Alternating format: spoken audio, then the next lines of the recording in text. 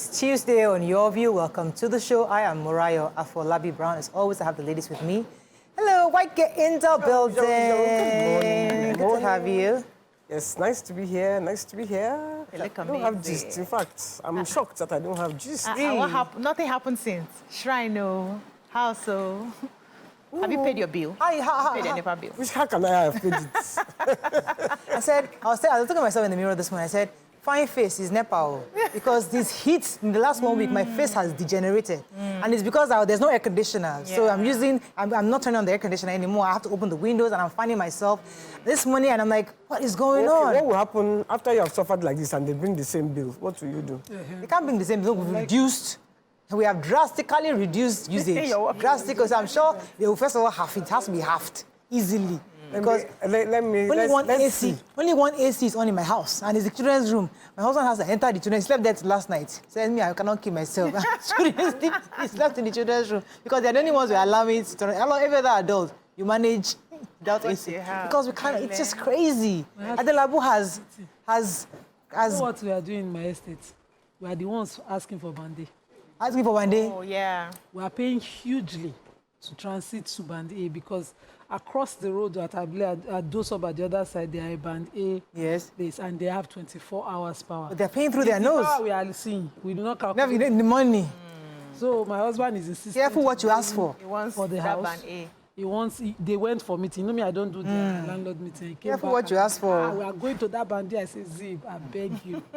I beg you. This one we are using, this 6 hours plus our solar is money. Because I'm telling you, you are better off. No. I would. You see, the problem is that the money that Adelabu is expecting, he might not get it because people like us are looking for other options. I'm looking for solar option. I'm looking for what's the other one? That battery. I'm looking for itself is expensive. They're all expensive. Yeah, but I'd rather do that investment once and for all. I know I'm good. Now, I'm still buying batteries. No. They are expensive. Do you use dry cell? Yeah. You need to move to wet cell. Let me come to Nima, Jarialaja, Nima, Akasha, Taz, everything. He's sharing the same thing. He has this money, he has insisted on paying, he's moved on. And my heart is just in come, because I can't sleep without fans. You know these estate people, you know, all of us, when we got the bill, I'm not paying. You know, yesterday, the estate manager said, please, only 3 families have not paid.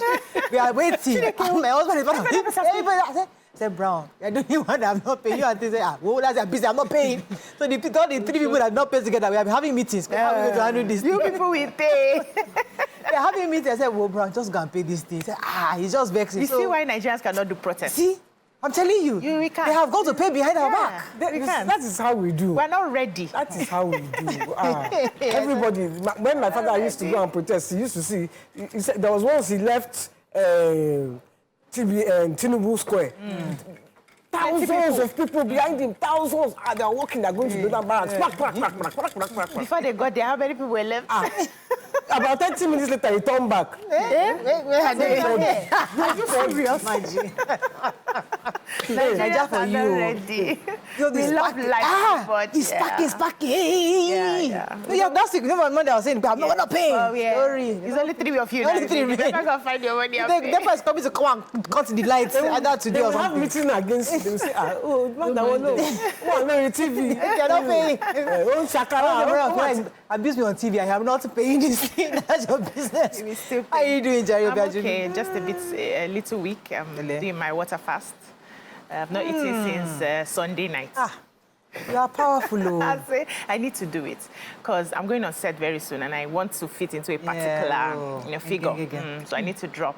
So after, I think I'll eat on Wednesday. I just hope I can sustain it. After work, now I'm going straight to go and lie down. Nose. I didn't see it well. My sister, are you seeing it now? We are nose ring. I have a headache. I don't look well. Nose ring. I thought I was only me. Maybe it was not me. Maybe I didn't think I wasn't sure. Maybe it's my eyes. You know, I like this kind of thing. You spoil. Yes, now, we are already used to the hair. Now, nose ring. Yeah. Small now. I've worn it before, and it's not the first time. From Lokoja. She's in Lagos. She's been in Lagos since last week. And she's making our lives easy. She's just a sweetheart. Wow. Good morning, if you're watching, Mama. Fantastic. Welcome to Lagos. Well, I have no gist It's only band A problem that's my problem right now. So let's go on a break. Because of band A, you have become a bandit. The I say that in our own side, we are not band A, band C, we are bandits. We are Because they don't even have any power. Honestly. Let's go on a break. When we come back, we'll look at the front pages of the paper. Stay with us. We'll be right back.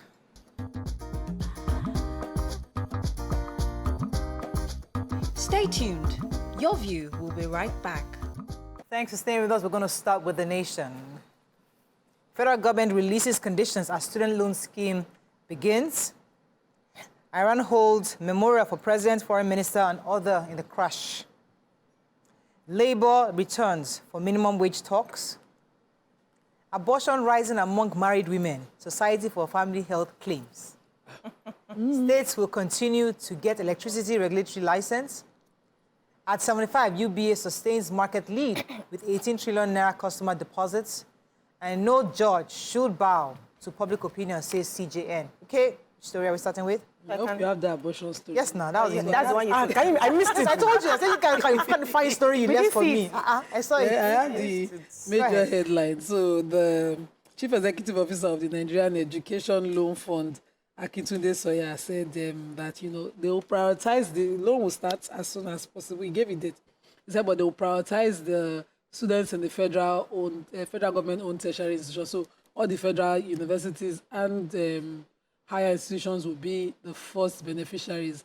And the president had signed this bill into law in April, and they will take off the payment of with about it was projected 194 billion is what they are projecting. They are projecting it based on the Federal Inland Revenue Service, 1% of every revenue generated.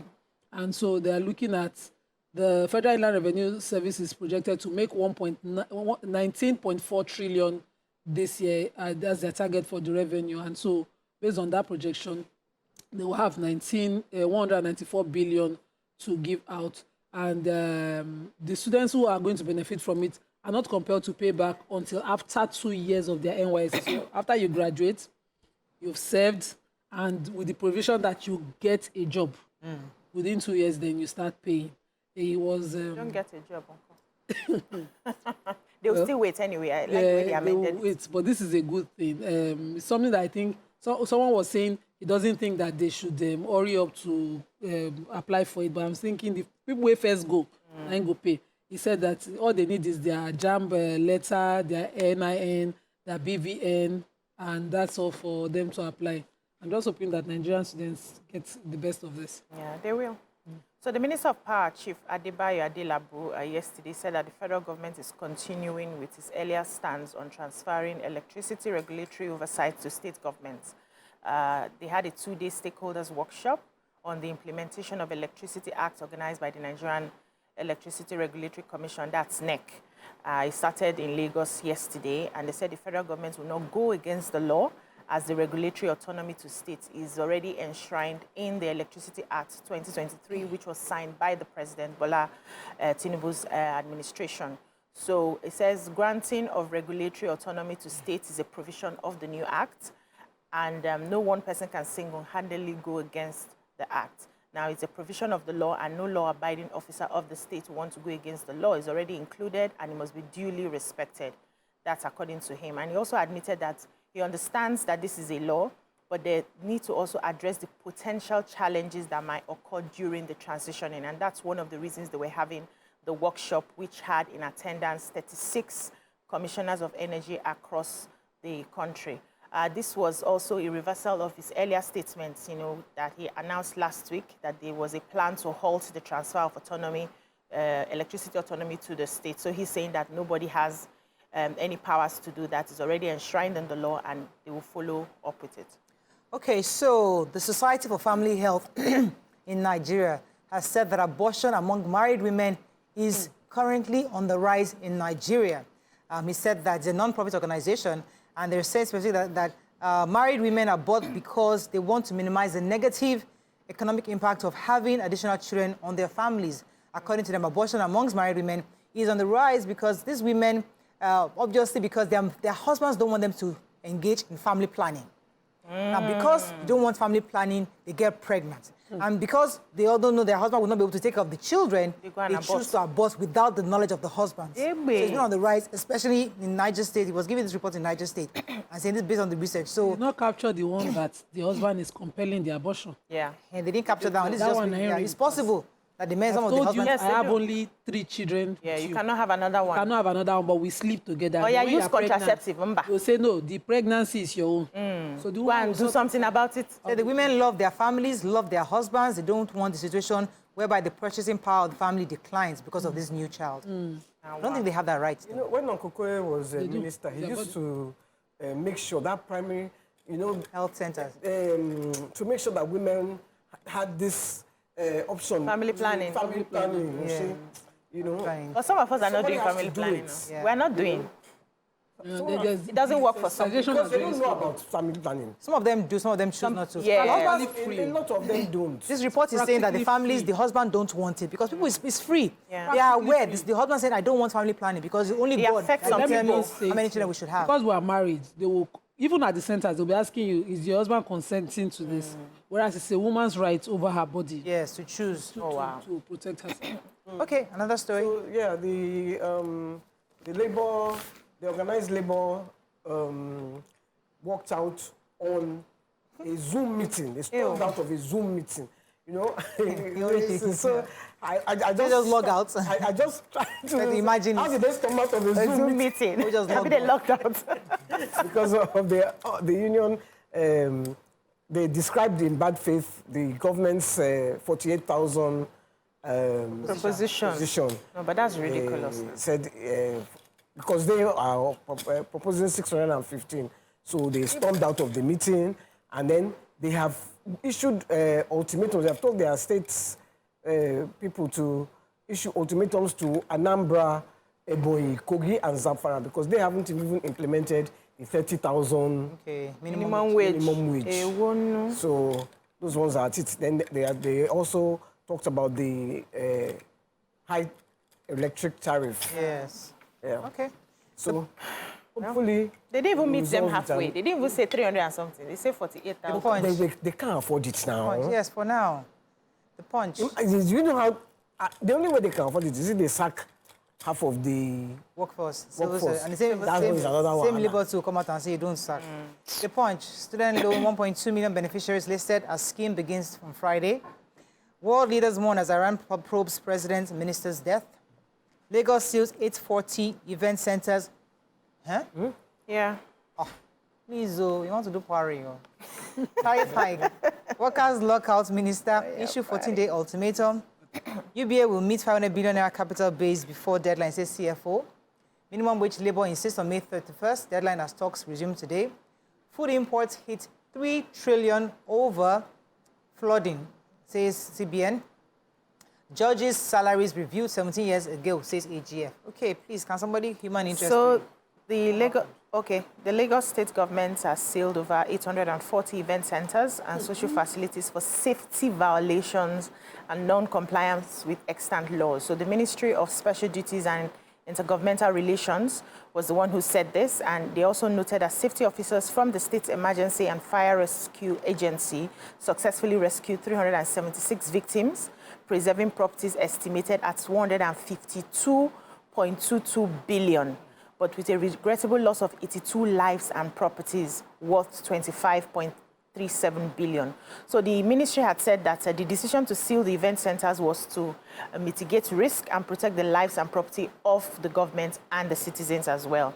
Speaking during a ministerial press briefing at the Baguda Kauto Press Center on Monday, the Commissioner Gbenga Onyerinde was the one who highlighted the achievement of the ministry in the last year. He said that the Lagos State Safety Commission carried out enforcement action at 840 facilities, including event centers, clubs, lounges, and hotels, and construction sites for safety infractions in the interest of the public.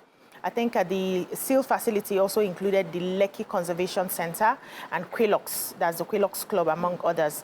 It said about 7,819 facilities were inspected to ensure safety, with some 5,220 issued with fire safety compliance certificates. At the end of the day, some of these places that are sealed were those who were not able to meet up with safety standards. It said some customers will call in and complain that they went to some places, especially the one for the Lekki Conservation Center, where the canopy had some issues and people, you know, that place is really risky. As they've reopened that one now. So they were just giving examples why they had to seal some of these places. So it's not that they've sealed them, it's just that they've sealed over the past year. Some are ready. And some have been open because they've complied. I understand. And during my mom's funeral, that same agency came to inspect to be sure that we're not over the numbers. In fact, they actually checked. I was shocked. They were there to be sure because they warned me. If you pass this number, we're going to shut down the party. Because you had crowd. You know, they had to make sure. Let's go on a short break. When we come back, we continue with our review. Stay with us. We'll be right back. I'm just shocked that they are. Stay tuned. Your View will be right back.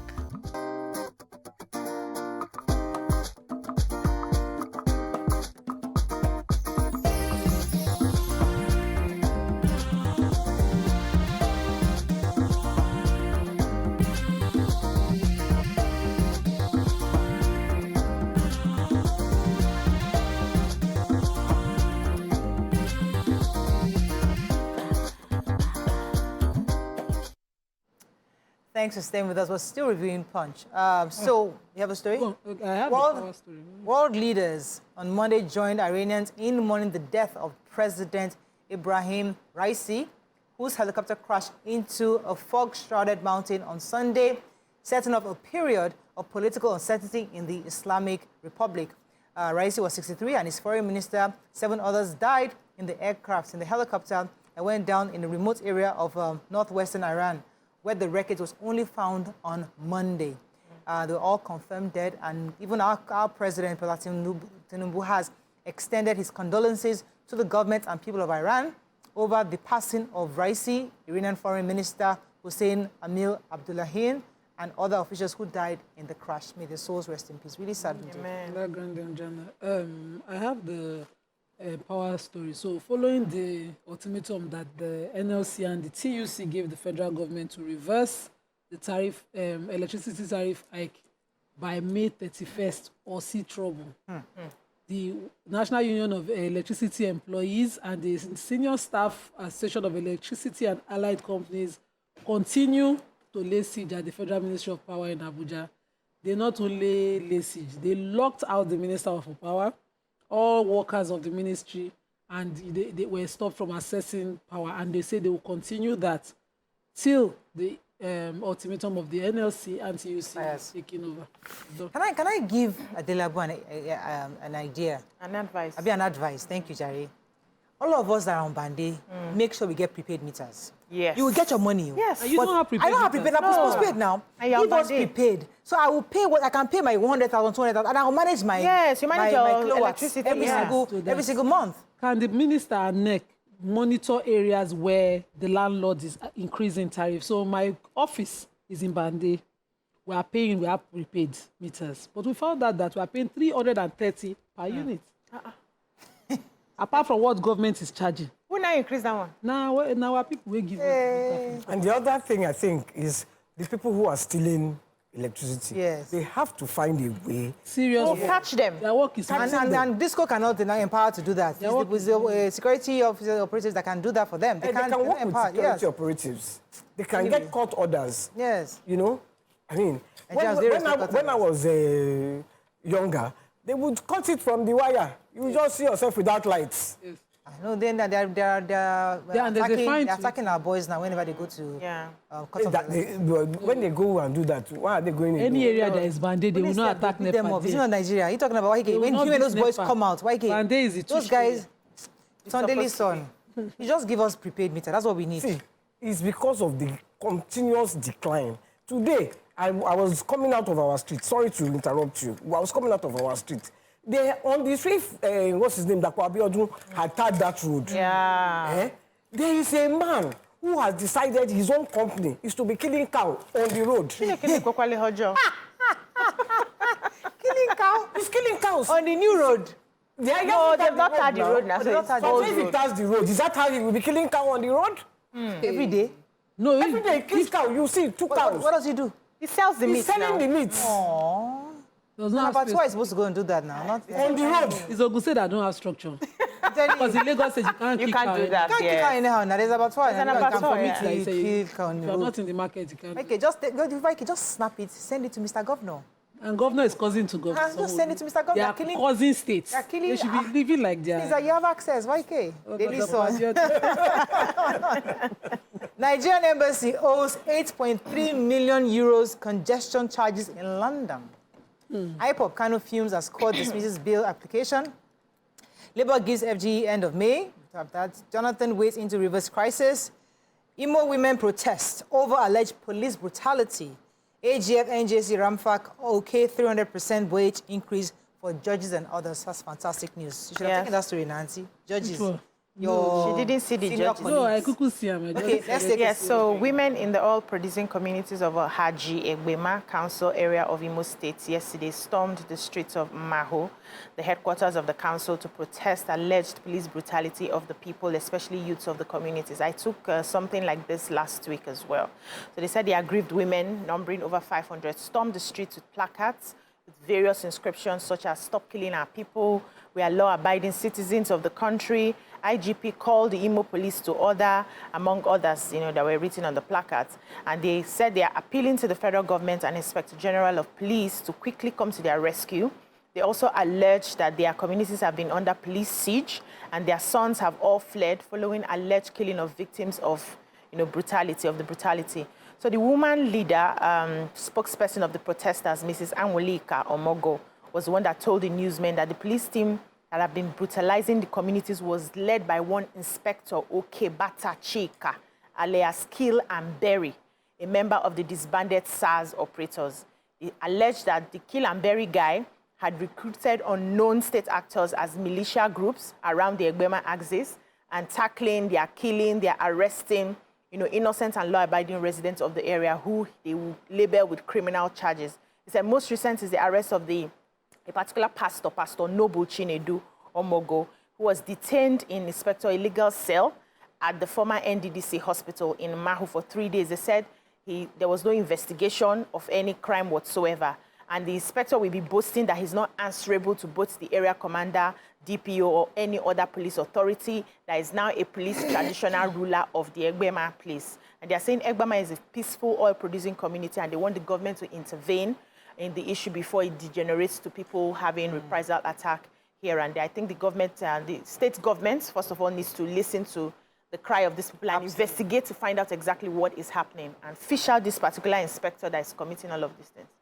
I have a Nnamdi Kanu story. So the Abuja division of the Federal High Court yesterday dismissed fresh bill application filed by Nnamdi Kanu, the leader of the indigenous people of Biafra, IPOB. According to the story, the court also refused a request to either transfer him to prison custody or place him on house arrest. It ordered the DSS to always grant Kanu access to his team of lawyers, not exceeding the 5 persons on every visiting day. In addition, the court ordered that Kanu must be given a clean place to consult with his lawyers at the DSS detention facility and that he must be granted access to his doctors of choice or doctor of choice. However, they are refusing to accept his bill, his complete bill application. Okay, so I have the major headline, and we are rolling with the big boys. 8.3. Yes, so what happened? What happened? Tell us. The local government body known as the Transport for London (TfL), which is in charge of the transport network in the UK, has said that our embassy, Nigerian embassy in London, is owing them 8.3 pounds since 2000. 3 million pounds. Hey, your mouth was it too heavy for your mouth? Sterling. The is carrying my heart. So sterling. we've been owing this money since 2003. We've been unable to pay what they call our congestion charges. And we are number 4 in the 48 foreign debtor countries since 2003. At the top of the list is the American embassy. Second to it is Japan. Okay, let me say America is owing 15 million pounds. Second, Japan is owing 10 million pounds. We're many. India is owing 8.5. So now we follow India. Exactly. We are rolling with the big boys. Yeah, so we are many. I beg you. Those are world economies. Do you know their own GDP? But they are owing too. No, now, but we are rolling Small with like the this. big boys. But we are owing. We too, we are owing. What's that song again? Agbabola. They run kitty kitty. That's what came to my mind today. No, we are not. So, we are owing congestion. Vanguard, very quickly. I was going to take the gunmen that killed. They killed the secretary of the Okija Development Union, Peter Awa. He was murdered by people suspected to be assassins. He was sitting in his compound on Sunday when they came and shot him. They don't know why he was shot, but they think that it's in connection with the community and the men of the underworld. They have been fighting, and the police are yet to give a statement. Vanguard. Incident. Let's find a story of not taking anger, frustration over high cost of cash withdrawals. That's POS. ICANN Accountability Index will enhance management of public funds, says Okosa. FG partners financial bodies to lift 50 million Nigerians out of poverty from now to 2027. AFCC under fire as Oba of Benin alleges bribery cover-ups. De-escalate tensions in Rivers. Jonathan appeals to Wiki and Fubara. Okay, which story? Why your POS story? You don't want to. I know. It's too long. The federal government yesterday is partnering with the financial outfits as veritable platforms to release grants and loans to Nigerians interested in digital economy and creative enterprise as part of their moves to lift 50 million Nigerians out of poverty by 2027. Addressing journalists yesterday in Abuja, the head of the agency involved, that's Idea Lab, they're specialized in financial inclusion with verified veritable platforms such as CBN, BOI, and others. Said they were actually going to, these programs are fully grounded by the federal government and the World Bank with the right technologies to satisfy the desires of Nigerians, especially entrepreneurs in the areas of grants, loans, employment, scholarships, access to markets, and technological transfer initiatives. So that's a good thing. Hopefully, the plans materialize. We'd love to see that. The Oba of Benin has called out directly as he is the EFCC, and he has alleged that they do bribery and they do cover-ups. He says he made this allegation after a particular criminal investigation involving some former palace officials, which he claimed were mishandled by the EFCC. He says, okay, let me say his word. He said, "We want to draw your attention to one or two gray areas in your operation. It was a young lady that headed that team. It was very difficult. The FCC always come and speak gloriously. Actually, when the time comes to assist them, they seem to listen to other parties. What has been told is that they take instruction from the highest bidder. You know what I have been known for. You know that I have been known for speaking the truth. I was not happy about certain things that happened with your predecessor. How can EFCC boys, especially that girl, be behaving like this? If I was asked to comment on her performance index, I would score her 0. I do not know if she was doing EFCC job or just dancing to the tunes of the people that were giving her money." He expressed his disappointment, and I hope that the EFCC takes it as serious as we. That is all we can take on Front Page Review. When we come back, move on to our hot topic of today. Stay with us. We'll be right back.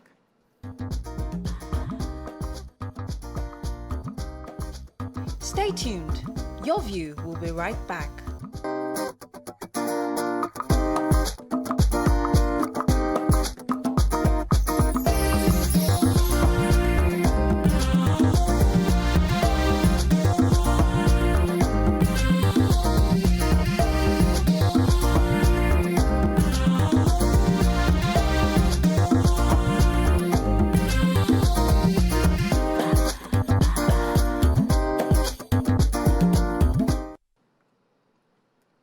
Thanks for staying with us. So the topic we took, doing one of the paper reviews, the stories we took in the papers about the fact that Society for Family Health, they're an NGO, came up with a report saying that abortion among married women is currently on the rise in Nigeria. Specifically, the head of the agency was speaking. His name is Mr. Michael Titus. He made this known in Mina, Niger State.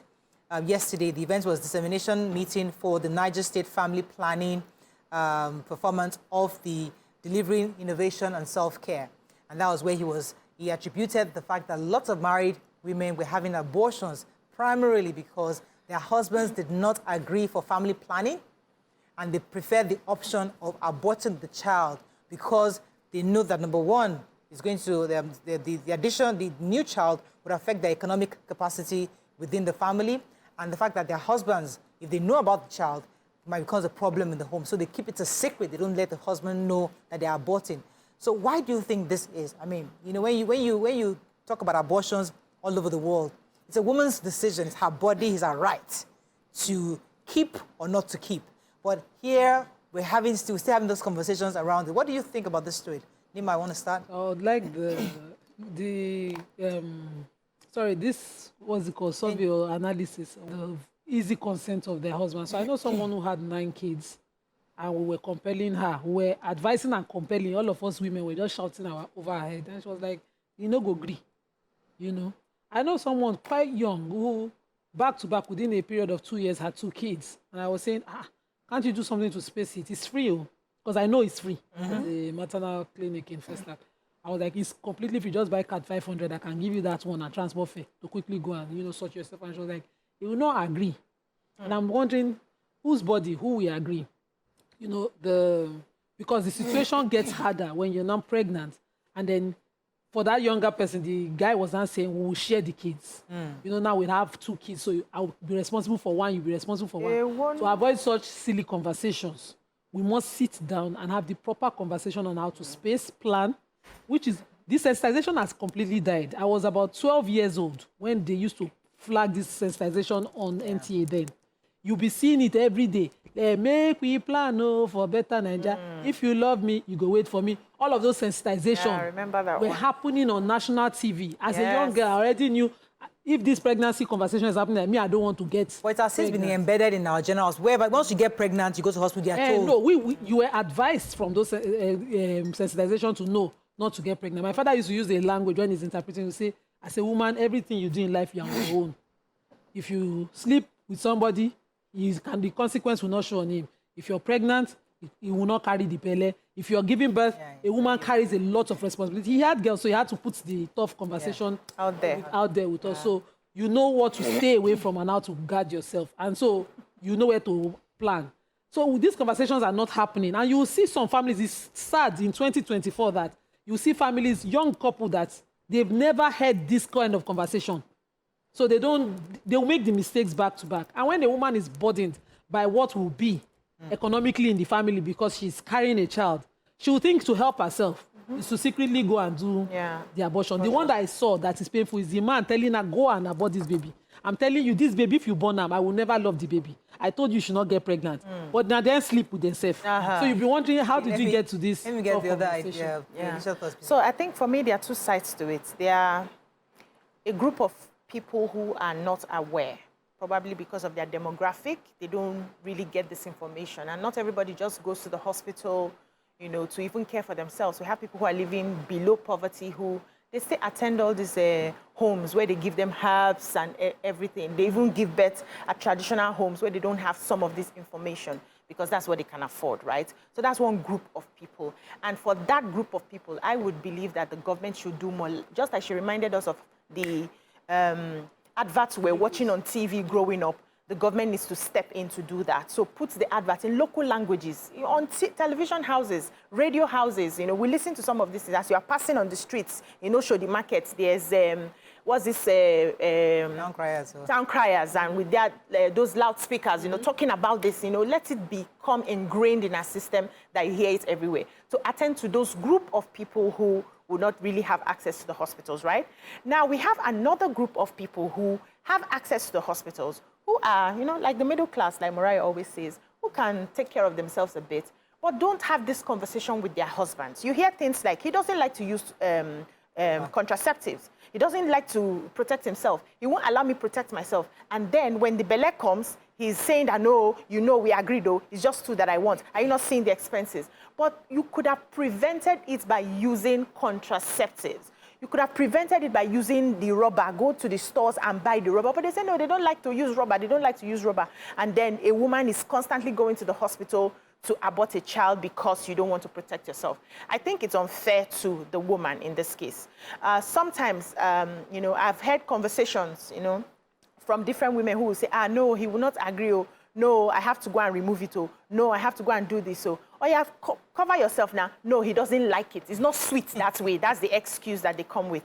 Then there's also another group of women who have tried to use, you know, the family planning after having their kids, and they had adverse effects in their body. I belong to that particular group where I had gone to use the one that is it the injection that they give here? Patch, and then, yeah, the patch. And he gave me ovarian cyst. Oh. Yes, it was it. I nearly entered surgery. That was when I just, you know, nearly gave my life to Christ. The prayer and the faith. I didn't know how it disappeared. Yeah, but it was a struggle. I was going to the hospital back to back. They were already slating me for surgery. That was how big it was. But somehow it disappeared. And by the time I went back to the hospital, I told them to check properly, and they said they did not see anything anymore. So that scared me from using the family planning. I particularly don't use family planning, but we've worked out our own way in the sense that two of us are responsible for whatever we are doing. He has gone to perfect a particular skill that will not allow it to drop. And it's working for us that way because we know that we cannot afford to have another child. Let's talk about this issue. So it's the conversation between both partners. What are you doing to help each other? Let's talk about this cultural consent. The fact that before I have to abort, well, this woman, in this case, in this report, they're saying that the women don't even ask for consent because they don't want their husbands to even know. Oh, yeah, he won't agree now. So that's the one end. And because economic realities, they can afford it, maybe they already have 6, 8 children, I don't want an additional one. If I tell him, because he doesn't believe in killing a child, he will insist this child must be born, but we can't feed this one. So for them, it's because, according to the report from these people, they said, because they love their families. So they are aborting the children out of love for their families. Mikey, what do you think about that? Is that possible? It's possible. It's maybe love for their families, love for themselves too. Because if I have 6 children, then I'm going to have a 7th one. I don't want a 7th child. The 6 children, no, I'm stressed. Feeding them, because when we are bringing all these children into the world, we're not thinking, it's not just bringing the child, we are thinking of bringing the bacon, the food. Who is working? Am I working? Is he working? Do we have jobs? We have jobs to cater for these 6 children. So sometimes they take that decision because at the end of the day, it's cheaper for them. Now, I find that rich people do more family planning than poor people. Yes. You know? The poor man is just thinking, hey, no light, no water, that's the no nothing. The only joy. Sister, let's enter. Come here. Before you know it, everything don't gel again. So, and their body can catch. Body can catch anyone. Oh, my BBC. Anybody can catch, rich or poor. But you see, so those are the catch part. The rich people, they know how to file family plan. So you see a rich person, you don't need 2 children. Yes, sir. Or 4. He wants to be 4. He's the poor man. I be hearing 7. Who is frustrated that we have 7, 8. My stepmom growing up had a driver. I can't remember the name. Mr. Dara Mola. He had twins 3 times. He had a total of 11 children. He had twins 3 times. He kept having the kids. After a while, I'm not going to help you raise these children because there's no way. You have to find a way. So then family planning was still being talked about, but nobody believed in it. It took a while for people like that to actually get adjusted. So in some cases, yes. But let us go back to this story, because this woman is making a decision without her husband's knowledge. Of it. So this is her own individual decision to kill a child. They say it's not a child at that time. Killing a child now. Abortion is not killing a child. Religiously, I don't know, but for my religion, if your health is affected, it's at risk within the first... You didn't mention health here. Economical. And it's not health, economic. There are different reasons. That woman can do back-to-back. She can do 100 children. She's not nothing wrong with her. But economic. If the economic get us, we go get blood pressure. Economic, they affect health. And the economy, they affect yes, the high blood pressure. Headache gone. It's economy. So, see, the reality is, the religions also... What the religion legitimizes is family planning. Yeah. because I hear people say Islamic religion allows family planning. Go to the stories of the Surah, you will see plenty that the Prophet Sallallahu allowed families to do. So plan your families. It's important. Don't be all sleep, they turn belly. You understand? You can sleep well, and don't turn belly. And plan well. It's important. I have a family now, that 9 children family. The man lost his job. That man I respect him. Oh, wow. He was a provider. They patronized my 9 shop. Children. He had 9. Very close to me. But he lost his job. In the past 1 year, he has not been able to balance. They were evicted from their house. We tried to gather money, but you cannot rent a comfortable place for a family that large without a sustainable plan. That was the reality. So whatever we gathered and assisted, we knew it was going to just be a one-off. And so now they're in the slum, and the family is not doing well. The girls are constantly sick. I've been there once to see them. I'm not happy. The reality is that when these things stare you in the face, you go plan. You plan, yeah. That's the truth. So then what kind of advice would you give a woman like this? Because she's about to she's just found out she's pregnant. Yeah. And you also to connect it with your own story. She's her 9 children, about pregnant for the 10th child. Hey! Now, would you ask her to remove the child or ask for her husband? I cannot say what I will ask her to do on national TV. I cannot say it. That's the conversation we're having here. She must do family planning. No, but she don't get the belly already. Even this one now she have done. She must do this planning. You must plan this family. You don't answer my question. Even when not be my family direct, we they go hospital to go plan them. So we'll have the 10th child, but now we'll call the husband to a meeting and say you must do family, because obviously that's this woman's problem. Their husbands are not accepting family planning. Yes, because their husbands are not taking they can tie that thing. Yes, now. So that they don't tie the tubes. Yeah. No, not the tubes of the woman. The man, it's a very simple procedure. I saw it. Really? Yeah. It's the simplest thing. What did Professor Faber call that himself? I forgotten the name. They have English name, but it's for a man. It's a small, simple procedure. It's for 15 minutes. Not vasectomy. Vasectomy is a very simple thing. No, men don't like to have do that. Have you seen the procedure? No. Very simple. They don't like to do it in case they go outside. They just cut which part? The space between... small opening and tie. Cut where? Cut 15 minutes. Cut I can post that video today. I'll find me the video. Remove the thing that is so manufactured. Let's just put it down. One woman and they open the something. Yes, they and enter it. Just so that he can throw, but he will not shoot. Yeah. Oh, children are in the studio. Please let us be. Hey, that's where we are. So I wanted to say that. Children, they are all intense. So you can throw, but he will not shoot. And it was such a simple procedure. So African men, I know that this conversation with their patriarchy, they are not ready for it. But allow these women good health. Yeah. It's important. For the Islamic rationale that, is based on the health and life of that woman. It shows that the importance of a life, to be preserved. Yeah.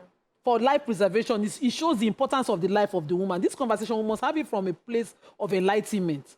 When you come and say, the woman on her own part will now be scared that my husband will marry another wife because he wants more children. Yeah. Whereas the reality is that he cannot carry the children. So the woman is left to fend for her own side. Why is burning children up and down? I know a mentor who was just telling me how she was forced to abort 2 of her kids.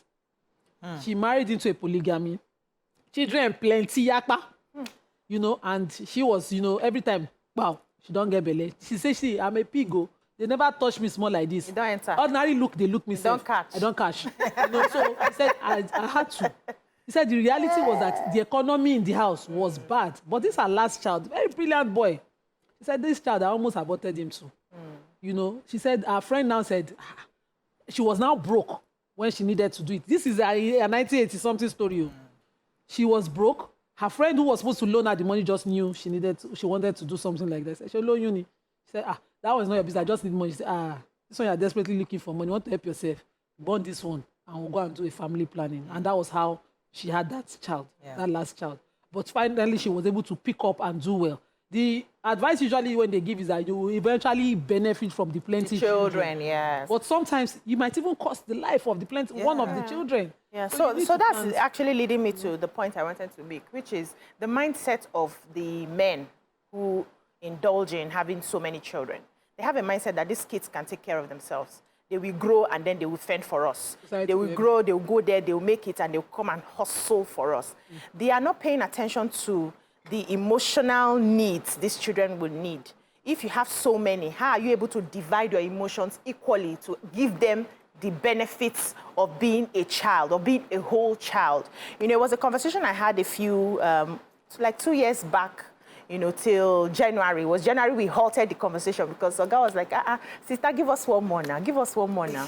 My mother-in-law was on my head. Give us one more now. It's just one boy you have. Give us another boy now. This boy is always lonely in the house. Give us now. Give us now. So I sat down and I said, by the time this one I want to give you is 10, let's not even talk about all the trauma I will go through because I haven't had it in a long time, right? By the time they're 10, I'm 50. Is it at 50 I want to go to school and be changing diaper and be running around with them and all of that? I said, we've passed some level. Don't even take us back there because you feel, okay, you are okay. I said, you're also not considering my emotional capacity. Can I handle another child? Where, you know, traveling and coming back, and then we saw a little boy throwing toddler, tantrum, rubbing himself on the floor. The mother was squeezing face. The father was like, I will beat you when you stand up.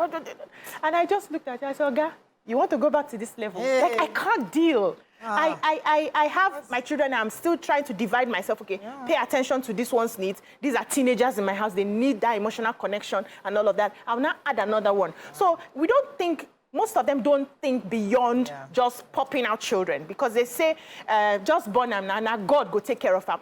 Not be God go take care of the pikin. You will be involved in raising the children so that you end up raising healthy and whole children. If you consider all of that, you will not just be popping 9, 10 children. Let's go to a short break. When we come back, we'll read our comments. And there is we'll be right back. Sorry.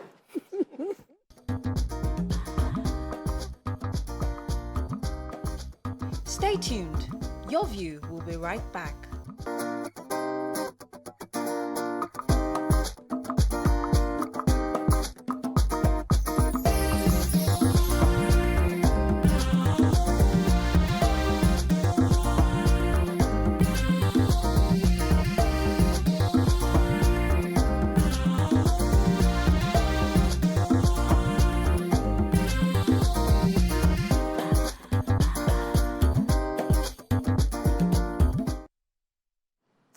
Thanks for staying with us. Let's take a few comments on this topic before we move to the next one. Right. Aya Daf at Ayobami 320 says, family planning is not free anymore. People pay for it. Imagine the NHIS, even the NHIS does not cover family planning. I'm shocked to find out. Family planning in Lagos State hospitals are free. Just buy your card. If you already have a card or your health insurance scheme, walk in and you're sorted out. Corey Michael says, this is a huge issue in Texas. As we speak, the matter is in the Supreme Court. If you get pregnant in Texas and you decide you don't want it, after you have, I can't read the rest. Okay, Fiona says, my mom that married at 18, if she did not do family planning, she for don't born 10. No. You know, Oluwa Banke says, Nigeria is not smiling now. Childcare support, and there's no childcare support at all. Somebody's asking me, who told me that vasectomy is simple? You know, I told you guys on this table now that if I mistakenly chance can't get pregnant, I will not stick it. I won't even tell Mr. Brown. Between me and God, God, you know, this work cannot stay. Me and you have a conversation. Says that. But there's no way. So it goes back to what I want to also address. Married women taking these decisions independently has nothing to do with men or because they are understanding the needs. I will not tell my own husband if I have to go and if I mistakenly get pregnant. I won't say, I say, Father Lord, this is between me and you. Because he doesn't believe in it. I don't even want him to feel guilty of that decision. I don't want to partake. And why do you think let me individually feel guilty between me and God. Okay, I'm taking out this child. So somebody is asking, say, Nima, you're in support of abortion. Not blood. I support. I choose life. I support to some extent abortion. I've said it publicly. I addressed the Muslim event that the First Lady organized 2 years ago. And I said it publicly. I choose life. I support it when a woman's life is at risk.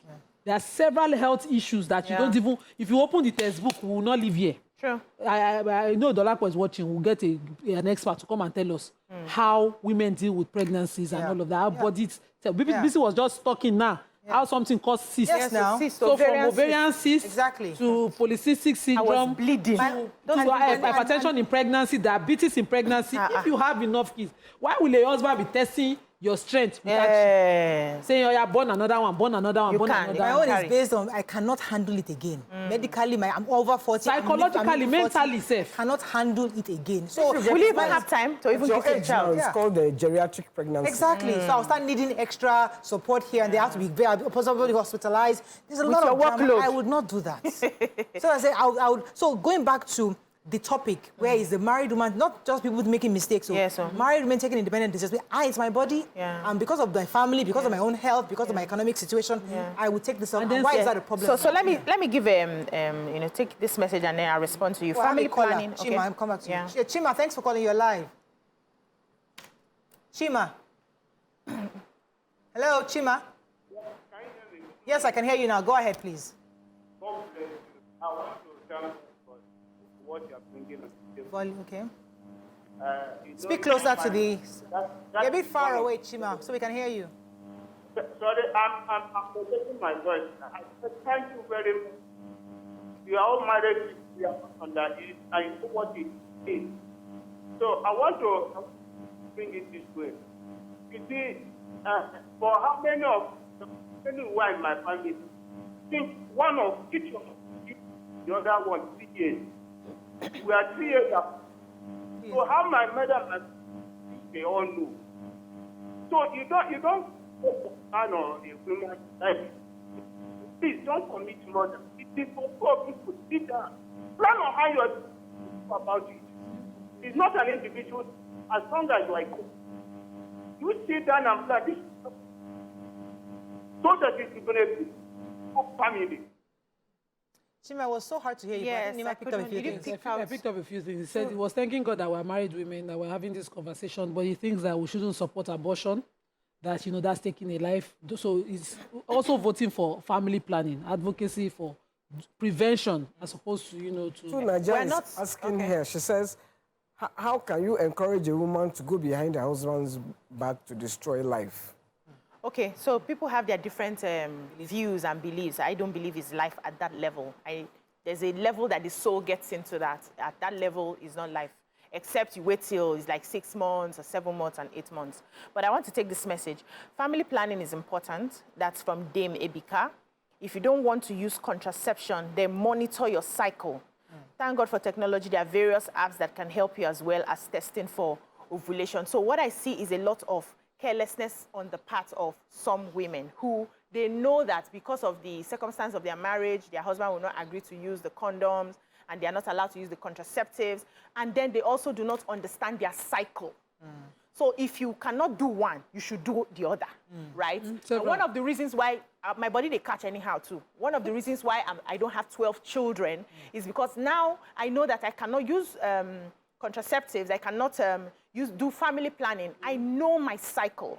I monitor my cycle. And it's also easier when you have a regular cycle. So I can get away with a lot of things because I know, in fact, we monitor the cycle together. When I miss for like a few days, brother is already asking, are you not supposed to have started? What's going on? So we know the cycle and we take other measures as well, not to get it to the point where we are thinking of pregnancy. That is also one way that we're using to, hold each other accountable. No matter how he charges, he gets us with the door. In the movies, he gets us with the door. This is when we go Kigali together. You see him there? Kigali happened. You see him there? Kigali happened, though. I'm saying the same thing. So he understands my cycle even better than me. Let me take this because he does not want any wahala. I have a long distance call from Switzerland. So learn it. Dr. Rashida.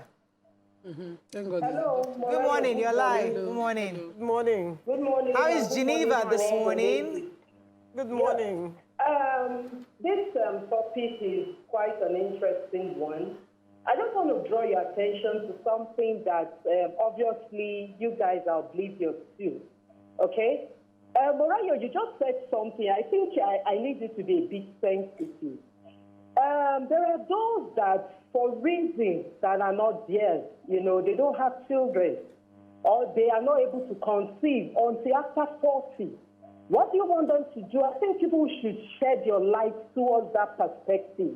Even after 50 and all of that. So coming on air to say, no, you can't go back to, these things sometimes are more spiritual than physical, So it is not about you now that, you are over 40, you cannot, go through that route of maybe changing pampers or whatever. There are people that actually got married early, Dr. Rashida, do you know my medical condition? Dr. Marie, do you know my medical condition? No, I don't. Okay, so why would you assume? Sorry? Do you understand my medical condition? So is it possible that I have other medical conditions that I have made a personal decision to say I wouldn't go after him? Yeah. Okay, so let me introduce myself formally. I'm a consultant gynecologist, okay? So when I'm talking, I know what I'm talking about. You guys, I'm a consultant in the field you're talking about now. So if you have such a lining condition, all you needed to have done to make your viewers have a balanced perspective is to say, for medical condition that I have, you could name it, you could not name it. It's entirely your prerogative, okay? You could just say, because I have so and so underlying medical condition that I'm battling with, I am done with this. But for making it a straight, blanket statement, I mean, it's insensitive. Okay. Morayo. Thank you, Radisha. Thank you, Dr. Rashida. We were actually talking about women who have had several children and they choose to go and abort behind their husband's back. That's really the topic. We're not saying women are over 40. So she's addressing me because the point she was addressing, which is the point? Saying that. Okay, no. Madam YK, I understand you very well. It was the drift that made me come in, okay? There was a drift in the topic. I've been following it. I know the topic in question. Do you understand? I followed you people. I understand you, Dr. Rashida. Okay, so thank you very much, Dr. Rashida. Thank you very much. So what she's saying is that when I said blanketly that after 40, I cannot get involved in having children because I'm done. Yeah. She's saying that I should have specifically said, because there are people after 40 who are still grappling, who are trying to have children. So I should have said it either because of a medical underlying condition or to be specific because it makes it look as if it's unfair to those who are just trying to start off having children at 40. So I understand. I hear good that point. because of point taken. When you put a term a friend of mine just had a child at 44. Yeah. So, but I know the pains she went through. But it might be hard. There is no way you will tell her not to have a child. Yeah, exactly. There is no way. But that geriatric pregnancy is something that discourages some women from trying. So the sensitivity she was trying to address is, putting that term and making it a bit negative in meaning. When we talk like that, because of the kind of... it wasn't negative. It was just saying my own view, because that's what the show is about, my view. I wouldn't. But she was saying, be sensitive. Put it in context. Some people are starting out at over 40. Age, so don't make it look as if it's a death sentence. She was also talking about those people who had been trying, even married early, but tried so long till that age. So understandable. Thank you, Dr. Rashida. Point taken. So let's go ahead. On the other angles. So we're talking about I think we just, slow down. We're talking about, those people looking at religious reasons not to go on. And I believe that in all religious reasons, there's usually a rationale. Those who reach what we call Islamic rulings, fatwa, would always base it on something that happened at the time of the Prophet and what was the exemption that was allowed. Now, family planning is allowed, is established. Abortion is what is debated. Within 120 days, Islamically, it's not believed that, life has come into a conception yet. And if the life of the mother before that time is at risk, the mother's life should be preserved. Yeah. So if you put life before and the mental health of a person, the whole health of a person, physical, mental, whatever reason you're looking at, a woman should be allowed. Now, the issue is consenting with your husband consenting to a procedure. We've seen men whose wives are on hospital beds trying to have babies saying they won't consent to CS when the life itself is at risk. So I'm saying take that power from one person who is not going through the pain. Don't leave the power with the person who is not experiencing it. It's a global debate. It's a global debate, but I vote for the... Let me pause you for a second. Chief Carlo from Ikeja, thanks for calling your line. Woman's life. Yeah, Morayo. Yes. Good morning. Good morning. Good morning. Yeah, Morayo, I just want to say something and make it clear. What you say this morning automatically for me is wrong, because in the sense of you mention about medical condition, you need to be very careful. If you're pregnant and tell Mr. Brown, you don't want to tell Mr. Brown and terminated it, God will be against you. So far as you're a Christian. So it's better you package it 100%. Don't take in than to offend God and offend Mr. Brown. Some people, like what the medical doctor says from Switzerland, some people are still struggling to have an issue. But it's not easy. Some marry at the earlier age. So please don't put it, but if I don't add anything from that again. Thank you very much. Have a lovely day. Thank you very much, Mr. Chief Kalu. Thank you very much, Chief Kalu. Your view are accepted and understood. Thank you. But we can't, let's put it in perspective. Everybody is own. So people are waiting. People are trying. Yeah. People have too much. People need to cut down. Everybody is dealing with their own. Yeah. Some people go to the hospital knowing that it's either their life or their babies, and they choose the baby. Yeah. Women who decide that, I know that they're telling them this blood pressure is too high. If you go into this procedure, we might lose you. They will choose their babies. With different circumstances, everybody's own. I think if we continue to distract the conversation of these women who are locked with non-consenting partners to a procedure that they need, saying, as long as you are married to me, I'm the one who will decide. And the hospitals do this thing. So I was going to sign for a procedure. My husband was at work, and I needed that procedure done. I was pregnant in 2016, and I needed to sign. And they said, no, your husband must come. I said, who is coming? I'm the one here. I'm looking at you. I'm conscious. It's either I'm unconscious, ill, mentally, or a minor or mentally deterred, that you say my husband should come. I'm looking at you. I can read this document, and you're asking for his signature to do surgery on my body. Yeah, when he comes, you should lay him on the table and do the procedure for him. Because this argument, the conversation is, you can't give the power to a person's life, even in marriage, to another person. If the person is an unreasonable partner, problem day. Yes, go to the hospital theaters. You keep seeing it. Husband will say, no, the pastor have said that we must do.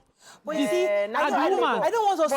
You can't give that power to the reason why I don't want us to focus too much on the man, because that's not the origin of this conversation. I don't want us to focus on his ability to be involved or not. I want us to discuss a Nigerian woman's prerogative to decide. I know. So let's not even mention the men's part of it. Why do we find it difficult for a woman to say, I am deciding not to take this pregnancy. I am deciding to remove, to abort. Why is it difficult? Why must we look for consent? Why must we ask for somebody's permission? Why must we engage family conversations before you take a decision on your body? That's the crux of this. If you do it by yourself, you are considered an outlaw. We're in patriarchy here. And it plays out in everything that we do. You go to the hospitals, and before they admit you for a procedure, they're asking for your husband's consent. You're not a minor. You are a full-blown, you may have been 38 years or 48 years, and they are looking at you and asking for your husband's consent. That's patriarchy. So there are some decisions, sorry, man, let me just finish this. There are some decisions you want to take, especially when it concerns your marriage, that when you take a loan, you are seen as a bad wife. The society abhors it. No, you must take that permission from your crown, from your husband. Now, they're not considering who he is, whether he's paying attention to even your needs or not. Nobody cares. Just take that permission. Till we lift ourselves out of this patriarchy where women are considered not to have their own body, we will still be having this conversation. I wanted to ask you, because if your husband is going in for an operation, would they ask you for permission? No, they don't. The same thing happened, YK. I think it was Bisa was saying it earlier that when you want to travel out of the country with your children, they will ask for your husband's permission. Consent form. At immigration, she was telling me that earlier. But they will not ask your husband when he's traveling with the children. The husband is traveling. The husband is traveling out of the country. They will not ask him for the wife's consent to take the children. So it goes back to consent. To something my husband has to do. I would like that there's a provision where I will put pen. This is not like matching up. This is not a competition of we are equal conversation. You know, that his life is at stake, and I'm saying they're saying until I come. Do you know a woman wanted to remove a fibroid that was making her life difficult? She was spotting, bleeding more than her usual days. She had 3 days of free non-bleeding in a month. They asked for husband consent. Yes, they do. They waited. If you're not married, don't come. A brother will stand in. I don't get it. Will stand in. These are non-conversations. These are I don't distractions. blame those women who go behind to do it. Especially when you do not have. You don't have to go behind. No. If you have a husband that is reasonable, let's not assume every husband is reasonable, because we are lucky to have some. If you have the one that is reasonable, you will have a conversation that this thing cannot fly. Or how do we do it? If you have the one that insists on either they are standing on religion, or they are standing on spirituality, or they are standing on what the village people have told them, and they insist that no, any child that enters, you will have it, and you're having up to 15. You say you should not take care of yourself? My own is not because of unreasonableness. It's because I don't want him to hold the guilt. I want to share the guilt. I don't want to share the guilt. I want to own it myself. Every guilt me myself. No, because I don't want it. That's why I said I will not tell anybody. It's between me and God. God, this one, I must take it. Because I don't want to. It's my decision. It is me. So everybody to his own. Your decision. I'm saying, even in that, well, that's taking off responsibility, giving one person. This is my choice. As a couple, because it's my choice. Now, you should be aware of my health. God bless my husband. Because I don't have a normal circle. Yes. I don't have a normal hormonal balance like other women. Yes. My husband sat on the day the diagnosis was done, and he took it in as an adult. God will bless him, because that I looked at him and said, this journey of life that we are starting, you ready? Together, so and I saw him take it in. Some women run mad from that point and walk alone. I have had someone hold my hand. You understand? So it's important. When family planning is important to my life, I know my husband will vote it first before we talk another thing. It's important. You know that when we were trying to have a child, I had to study my cycle to find ovulation dates. We had an ovulation kit to be able to get pregnant. We had to monitor the egg on scan, transvaginal scan, each day to be sure that the egg was growing. That's how we had our first child. And on every step of the way, he was there. He was there with the you. kit, we will check it. We did all of that together. Every single thing. I have seen women in the same condition. They are walking alone. Yeah. They are walking alone. They are confused. You know? So if that kind of person is with you, you know your life is easy. Every step of the way, if your life now requires to plan, you will plan. Let me take Abosede from Ogba. Good morning, Abosede. Thanks for calling your live. Good morning, Mariah. Good morning, ladies. Morning. Good morning. I want to say that there are exceptions to that rule. I was a victim, or I had an issue. I had an ectopic pregnancy. Okay. And I was going to be, I had bleeded 5 liters of blood inside of me. And I was going to be operated. And the doctor, God bless him forever, Dr. Fabio, at first start, he didn't wait for nobody. He asked, they were treating me, they were putting injections, they were trying to get me. My body was no longer reacting. Like I was dead. My body was dead. And I was asked, they couldn't wait for nobody. I was asked to sign for me to be on female. I was conscious, but my body was lifeless. So I was asked to sign for me to be operated, and I was operated. For the ectopic, it has ruptured. I bleeded 5 liters of blood inside of me. So I was asked to sign, and I was operated without anybody's consent. So I can say specifically that there are doctors that still do the right thing. When it comes to life. Thank you so much, Because this guy, I will never forget him. He took that decision. If he had waited for anybody, I won't be talking today. Thank you, Abosede. Let's take a few comments on social media. Because I want to say, when I was going to give birth, I had to sign for my cesarean, because the cesarean came. It was not something planned. It was like it came because the baby was breech. I signed. They didn't ask for my husband. My husband was not even around. He was in Nigeria. In Nigeria. He was in Abuja. That's one. And I traveled with my daughter.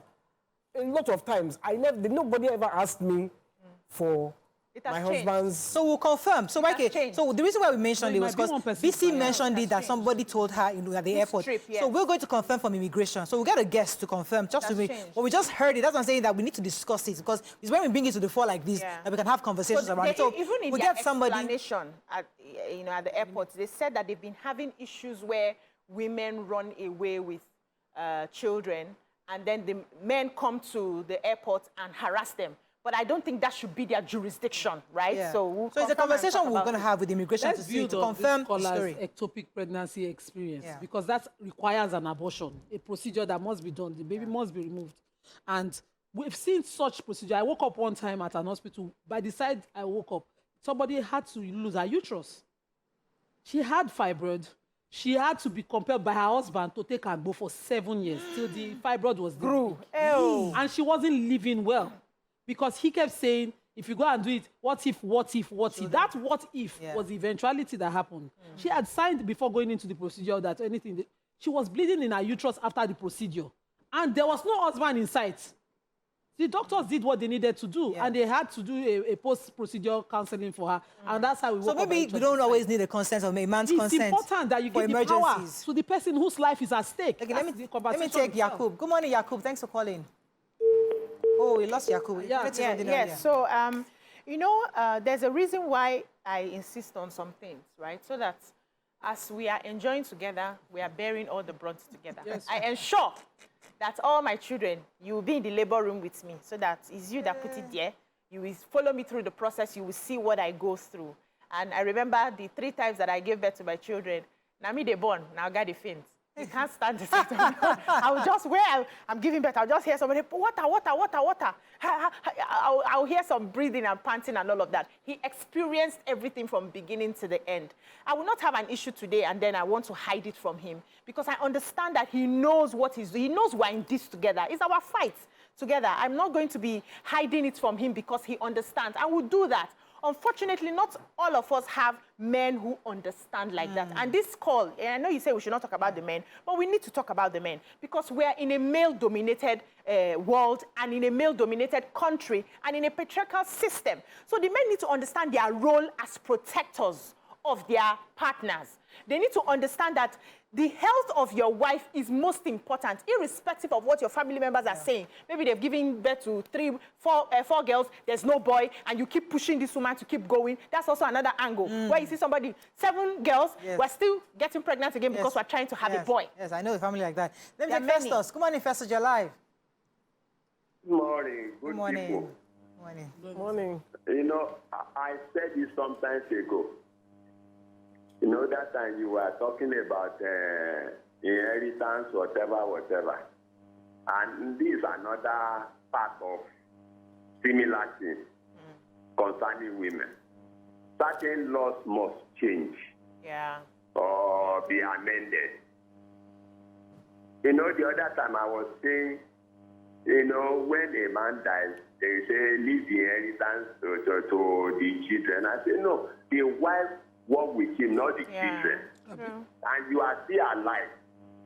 It is when you eat and you're about to go, you can now add the children. Then circumventing you and adding the children. So you are now at the mercy of the children. Yes. You know, from what you work for with your own hand. This is slavery in a woman's life. And nobody is talking. The other one is this one that we are just talking now. I'm telling you, there is slavery in matrimonial home, where you put your life online, waiting for another woman being. This is not marriage, this is slavery. You people should wake up. We now have educated people in the world now in Nigeria. Thank you very much, Festus. Let's give you comments so that we can wrap up here. Yeah. Chichi Unscripted says, for my last child, my surprise baby, my husband let me decide what to do. He said it's my body, my choice. He didn't want it, but stood with me when I kept it. Ade Tong says, my third baby went south because it threatened my life and I had to remove it. Health officials need regular orientation on how to go about family planning procedures from time to time.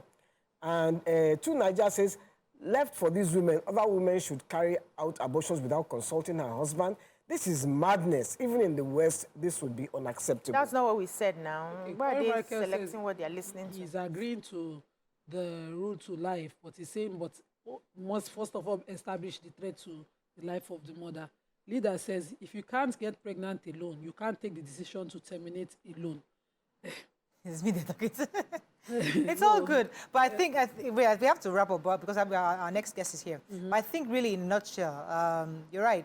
It takes 2 right? So it's a conversation for two adults. Yeah. But whatever decision you make is between you and yourself God. and God. But the truth is that these married women who are taking these decisions have their reasons. The article we read said that they were taking it because of economic reasons. They loved their family so much, they didn't want to bring a new child into their economic realities. And that's their own decision. It's not for us to say if you agree or don't agree. Muriel, please, let's quickly say that abortion too is not easy. It's also a risk. The best thing is to prevent. So the women must also be advocated to do family planning. That's the way. Because abortion is also a risk. You're absolutely correct. I think that's all we can take on this segment. When we come back, we're bringing our guests. Stay with us. We'll be right back.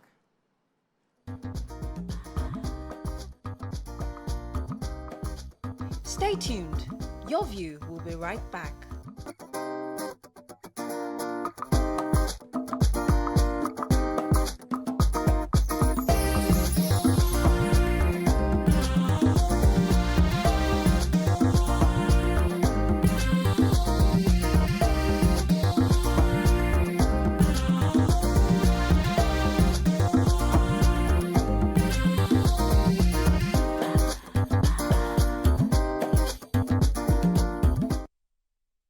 Thanks for staying with us. So according to reports, remember, it's our Healthy Tuesday, so we have our doctor segment here. So according to reports, more than 1 billion people around the world live with hypertension, which is high blood pressure. It's a major cause of cardiovascular disease and premature death worldwide. In commemoration of World Hypertension Day, we have a consultant cardiologist at Federal Medical Center, Ibutemeta, Lagos, Dr. Oladeji. Welcome to the show. Welcome, yes. sir. Good to have you. Good morning. Good morning. Yes. So we hear about this high blood pressure all the time, hypertension. I know we've talked about this several times, but let us, for those who don't have an idea, what exactly is hypertension? All right. Thank you very much for that question. Hypertension is defined as a blood pressure at which there's more benefit in treating than not treating. So a value has been set for that, and that value is any value greater than or equal to 140/90. Now, the 140 stands for what we call the systolic, the one above, and the one down is the one we call diastolic. So is that greater or equal to 140 or greater than or equal to 90. So when any of these values are above that cutoff mark, that person is hypertensive. Yeah, what are some of the causes you have seen of hypertension in the first place? All right, thank you for that question. So causes of hypertension can be classified into modifiable or non-modifiable causes. Now, what do I mean by modifiable? That is what you can do something about. The non-modifiable is what you cannot do anything about. So starting from what you cannot do anything about, which is a non-modifiable, age is a strong risk factor. So the older you are, the more at risk of hypertension. And that means, from statistics, people older than 40 years, there's a prevalence of, you say, for every 10, there are 3 to 4 people with that. And the older you are, for about those greater than 60 years, out of every 10 people, there are 6 that are hypertensive. So age is a strong risk factor.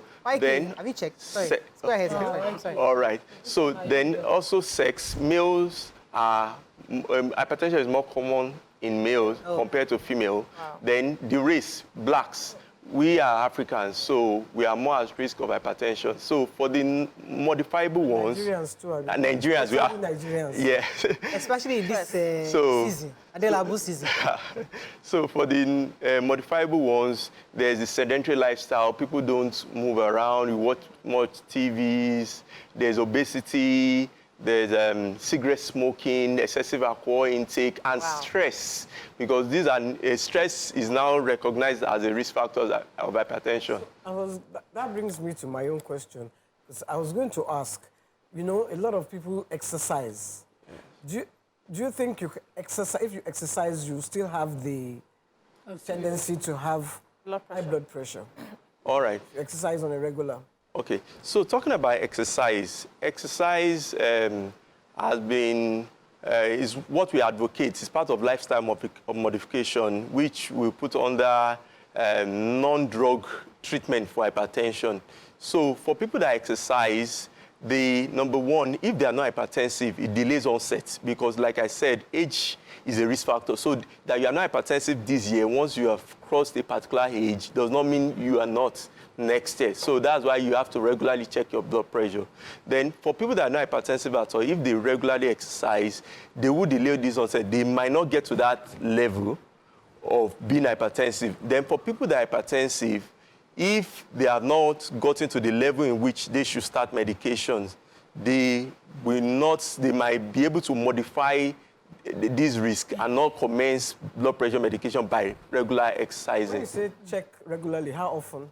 All right. So checking blood pressure depends on, if you check this year and your blood pressure is normal, you can give an interval of like a year.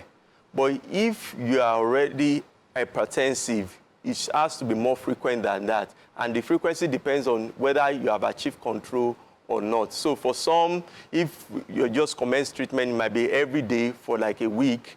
But for some that have achieved control, it might be like once in a week. Right. Yes. But what I hear you say, there are just two classes of people, hypertensive people and non-hypertensive people. The reason why I said that is because you said there's only, whatever lifestyle you do can only delay the onset. That's what you said about the exercise question Waike was asking. So it's not like there's a thing you can do that even when you are predisposed genetically to hypertension, that would completely wipe the chances of you getting to that point out. No, yes, you're right. In terms of the risk is ongoing. It's a lifelong risk.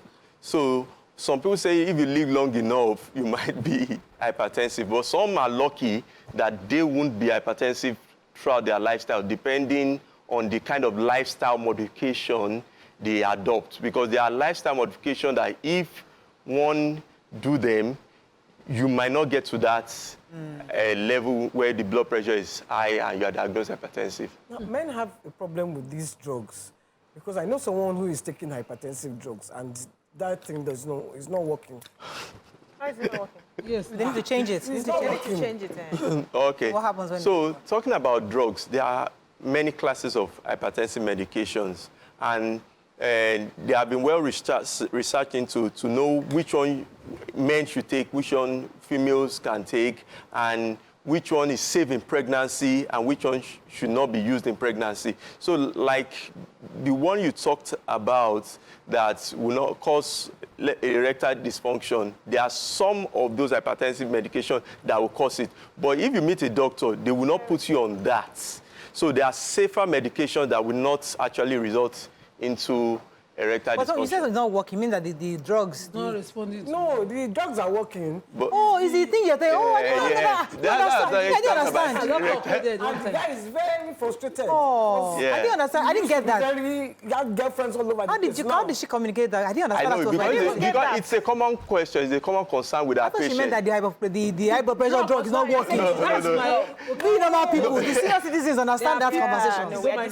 There are people who use the drugs and Okay. they don't see the result. It doesn't work on them. Yes, that's the question I thought. That's the question I thought. Okay. But why can't the doctor All right. and they understand themselves?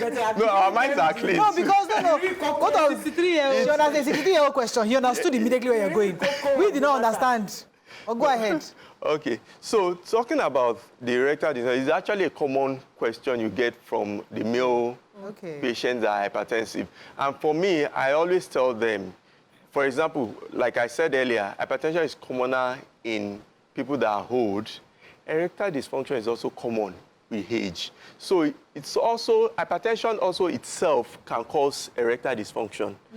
The drugs also can cause erectile dysfunction. So the question is it the chicken before the egg or the egg before the chicken? So choose one. So it might be that the person already have the erectile dysfunction or he didn't have at all. So an issue was already brewing. I said he had girlfriends all over the place. He had about 3-4 Now, our girls will pay And that's where his power is. Could that be a problem? Because that's why this is not so working. it might be that the medication that the patient was placed on, but the medication can be switched, and if it's due to drugs, it will actually pick up and the person So will... we have a number of people who just sleep and not wake up. They die. They are driving and just, go from the steering. Yeah. It's been reoccurring of late. And some persons will say probably they had hypertension, which was not monitored over time, and they are not even aware. How do we get people to constantly check their status? Or is that even true? How does it even happen? Yes, so how does that even happen? Okay. Now, when we talk about symptoms which people complain of when they have hypertension, most of the time there's no symptoms. And that's why we call hypertension the #1 silent killer. There might not be any complaint, and the first presentation is sudden death. And that's why the only way, it's not written on the forehead, you might not know. Hey. That's why the only way you know you're hypertensive is actually checking the blood pressure.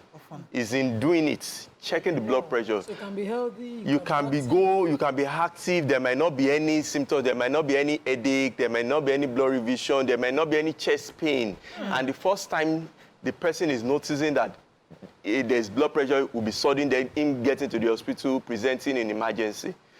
And presenting with stroke, presenting heart failure, presenting with kidney disease. So that's why there's a lot of advocacy on making people to get aware of hypertension, that you should check your blood pressure. And that's why the theme for this year from the World Hypertension Society is know your numbers. You need to know your numbers. But how accurate are these digital ones that they're selling? Because I have my mom too. My father, we have it too many in the house, and I'm wondering, sometimes I think these things are just too many. There's the wrist, there's the, so which one is accurate? All right. So, like you said, there are many blood pressure apparatus, from the mercury in glass, the old one that you see nurses use where you use the stethoscope. There's also the digital, where is the ham. Yes, you can buy and take home. You take home. There's the wrist. Okay. So, like, everything is evolving. Technology is evolving. The old one that we normally use, which is the mercury in glass, it's been said that the mercury has it can be poisonous if it breaks, so it's been phased out. Actually, you can only find that in Africa or third world country. So what we actually use now, and we advocate, is the digital, but the arm one, not the wrist, not the fingers, because there are a lot of things. Now, why is that? For the blood pressure to be accurate, the arm where you are checking must be at the heart level. Okay, so any other thing you are checking does not reflect the pressure in the blood, in the heart, yes, or in the pipes. So now talking about how accurate are these digital. Now there is a website where you can check whether your instrument has been validated, where you check your instrument that you're using. Yes. So, or when you buy one, you can take it to the hospital, see your doctor, and they will check. So they will use yours to check your blood pressure. Use that that has been well calibrated and validated to confirm and correlate. I do that for some of my patients. Let's talk about the use of salt. Okay. Sorry. So when you say heart level, how do, because at the hospitals they do the hand like No. Is that heart level? They say like this. Now, they say like this. No, so you check like this. Your table has to be a bit high to support the hand. So your heart is somewhere here. So it will be at the heart level, so that. No, so you are not going to check your blood pressure So you like can't this. do like this. No. Let's talk about salt for a moment, because some people just say stop eating salt. Once you stop eating salt, you have good high blood pressure. Is that correct? Okay, that is not totally true, but there's some element of truth in that. Now, like I talked about earlier, that in treatment of hypertension, there are two ways. You talk about lifestyle modification, and you also talk about drugs. So once, for people that their BP is not elevated, you talk about lifestyle generally. So one of those lifestyle modification is salt. So we advocate reduction in salt, because salt is also still good for life. So the way to communicate, there's the dose that is recommended, but how practical is that? We talk about 1,500 milligrams per day, but how do you quantify that? So what I tell my patients is that, or people generally, is that, for example, if your soup is already tasty, you don't need to put that in the rice. So that balances out. So it will just be the food will just be there. So and when you are eating, you don't add extra salt to your meal. Then and it's not just only salt in food. There are many other things. Yes, seasonings, even drinks. Yes, even drinks generally, even some Pringles, many snacks have quite a lot of salt. So you should actually watch. Out of this MSG, these seasoning cubes that they say the content of it, the magnesium something inside is dangerous.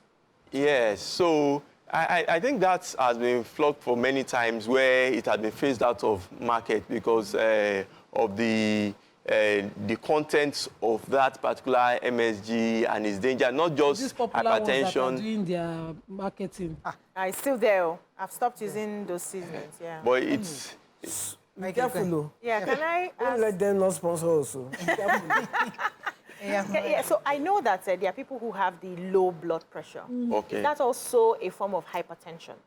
Okay, no. Low blood pressure, it's actually not. Hypertension is, you are talking about high blood pressure. Okay. So low blood pressure is usually not much of concern except the person has symptoms. So what do I mean? There is a classification for what is normal and what is abnormal in terms of blood pressure. Anything less than 120/80 is optimal, is normal. Okay? And between 120 to like about 129 for the up, 180 to about 84. I do 110/70, for instance. 110/70, that's normal. It's a range. Now, but it goes down. Okay. When I'm ill or pregnant. Pregnant, okay. It goes really down. So sometimes, I think the last conversation I had, they said it's a problem as well because it shouldn't be that low. So that's what I wanted to. So what's the problem with that one when it goes really low? Okay, so like what you said in pregnancy, blood pressure in a particular semester in pregnancy, blood pressure can physiologically go down. But it won't be a concern if there's no symptoms with it. You don't interpret the value in isolation. Now, you have to compare, is there a complaint like weakness, dizziness, fainting? Yes, so for that, that's a concern, that's an issue. So you have to probably rehydrate the person. So there are some conditions that cause blood pressure to be too low, like if you are vomiting excessively, if you are stooling, diarrhea, if you are not eating and you are dehydrated. So like this kind of weather, when it's sunny and you're losing water through every means, blood pressure can be low. And when it's low and there's symptoms, you have to rehydrate that person. So let's jump in here. Yeah, I was going to ask. There are times when if you measure this hand, last time I did my own, I measured this one, I was 120. When I did this one, it was 137. What does that mean? All right. So that's actually like the way all the parts of the body are not equal. Blood pressure are not the same in the two arms. So what we do is, the first time you come in a clinic setting, we check the two arms, okay?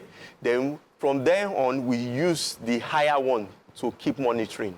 Okay, so it's not a concern if one is greater than the other, but it becomes a concern when the difference in the two arms is more than like 20 millimeters of mercury. That's another condition on its own that will now be evaluated. There are some clinical conditions, narrowing of vessels that gives that. But when it's like less than 10 millimeters of mercury difference, it's not a concern. Because of time, let's take a concern because 137, 120, that's 137, 120, that's quite high. Right, yeah. So maybe they need to just investigate you more, do some investigation to know whether it's the champagne. It's the champagne. She won't talk. She won't say that part.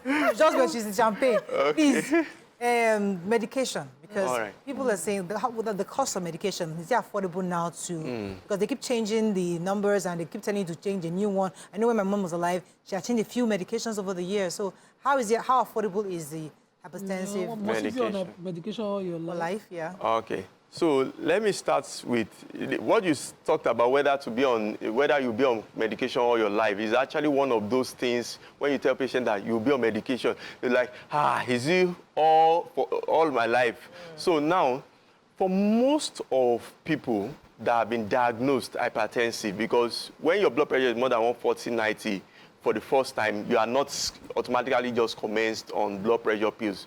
You'll be asked to go home, relax, and fix another day to recheck again, commence lifestyle modification.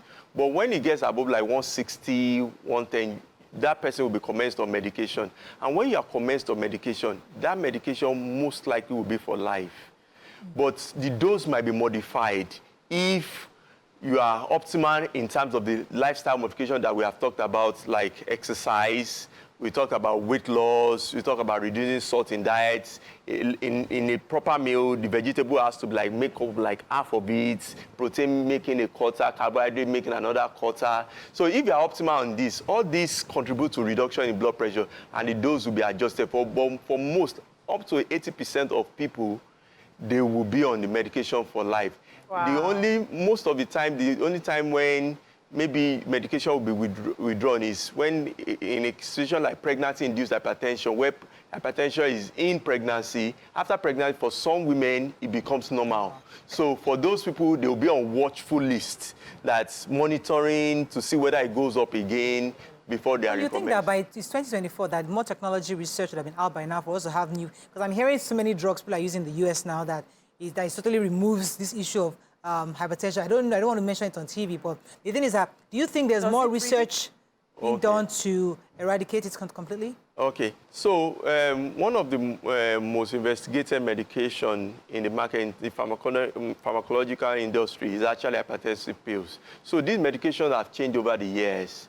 And most of the newer medications are not just about lowering the blood pressure, it's also about the protection they offer in terms of heart protection, kidney protections, and the brain protection, the eye protection. So it's more than lowering medication, lowering the blood pressure. So talking about technologies and that will take away research, taking away blood pressure completely, I would say that the technology that have been technology comes in once in a while, but there are some that are validated that crosses like the pass mark that could be used in population. So this technology are for resistant hypertension, not to cure.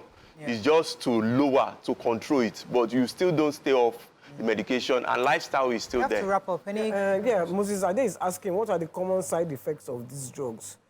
Okay. So on YouTube, he's asking Moses Ade. All right. So the common side effect of this medication, like forms a class of medication called ACE inhibitor, there's dry cough.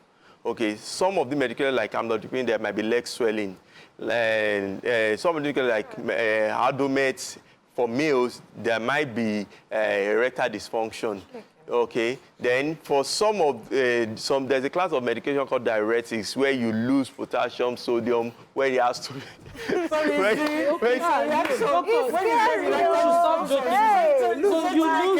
lose certain minerals. Salt, yes, salt and sodium. So if you lose it to a level which is dangerous, you'll be supplemented with this supplement, yes, to adjust this. YK and BC are very worried about erectile dysfunction. Don't worry, your spouses will not have it. They will not have. No, we don't give men these medications, yes. Before they call me and accuse me of it, so please, I said, this guy I know, if you see how he laments, So I would just advise he sees his doctor, he complains about medication, so you can be actually changed. That is a spiritual problem. How can you ballet and expect your thing to be functional? Of course not. He has ballet. You should forget about it. He's spiritual. You should go to MFM. MFM, not ballet. That is like MFM. But it's actually for male, it's actually a lot. It's a lot now. Your ego is damaged. It's mental health. It's part of our ego. Please. Yeah. That's all we can take on today's show. You ballet, you now say, of course you'll be erectile with That is all we can take on today's show. Hope you have learned a few things as we have. Thank you, Doctor. It's a pleasure having you. Thank you. Have a great day. We'll see you tomorrow. All right. Bye for now. Bye.